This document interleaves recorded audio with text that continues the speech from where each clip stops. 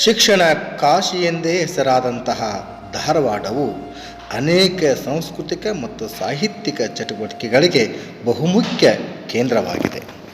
ಉತ್ತರ ಕರ್ನಾಟಕ ಭಾಗದಲ್ಲಿ ಅತ್ಯಂತ ವಿಶಿಷ್ಟ ಹೆಸರನ್ನು ಗಳಿಸಿರುವಂತಹ ಧಾರವಾಡ ಪಟ್ಟಣವು ಬೇರೆ ಬೇರೆ ಜಿಲ್ಲೆಗಳಿಂದ ಬರುವಂಥ ಅನೇಕ ವಿದ್ಯಾರ್ಥಿಗಳಿಗೆ ಜ್ಞಾನ ದಾಸೋಹ ನೀಡುವಂಥ ಒಂದು ಶ್ರೇಷ್ಠ ಸ್ಥಾನವಾಗಿದೆ.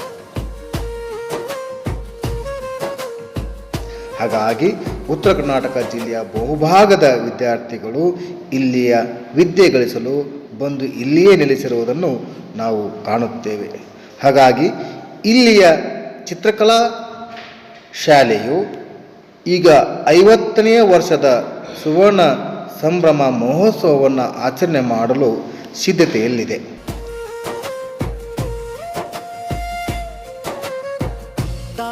ಈ ಆಚರಣೆಯ ಸಂಭ್ರಮಕ್ಕೆ ಕಾಲೇಜಿನ ಆವರಣವನ್ನು ಸುಂದರಗೊಳಿಸಬೇಕೆಂಬ ಹಿನ್ನೆಲೆಯಲ್ಲಿ ವಿದ್ಯಾರ್ಥಿಗಳು ಆವರಣವನ್ನು ಅಲಂಕಾರಗೊಳಿಸಲು ತೊಡಗಿದ್ದಾರೆ.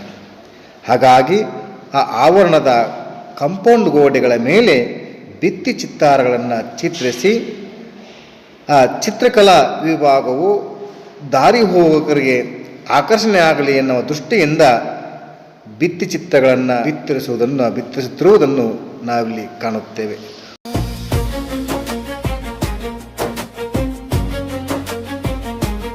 ಒಂದೊಂದು ಭಿತ್ತಿ ಚಿತ್ರಗಳೂ ಸಹ ಒಂದೊಂದು ವಿಶಿಷ್ಟತೆಯನ್ನು ಸಾರುತ್ತಿದ್ದು ಆ ಚಿತ್ರಗಳ ಮೂಲಕ ನಮ್ಮ ಪೌರಾಣಿಕ, ಪಾರಂಪರಿಕ, ಸಾಹಿತ್ಯಿಕ, ಸಾಂಸ್ಕೃತಿಕ ತಿಳುವಳಿಕೆಯನ್ನು ತಿಳ್ಕೊಳ್ಬೋದು ಅನ್ನುವ ಹಿನ್ನೆಲೆಯಲ್ಲಿ ಅವುಗಳನ್ನು ರಚನೆ ಮಾಡಿ ಆ ಮೂಲಕ ನಮ್ಮ ಭಾರತೀಯ ಪರಂಪರೆಯನ್ನು ತಿಳಿಸುವಂಥ ಪ್ರಯತ್ನವನ್ನು ಇಲ್ಲಿಯ ವಿದ್ಯಾರ್ಥಿಗಳು ಮಾಡಿದ್ದಾರೆ.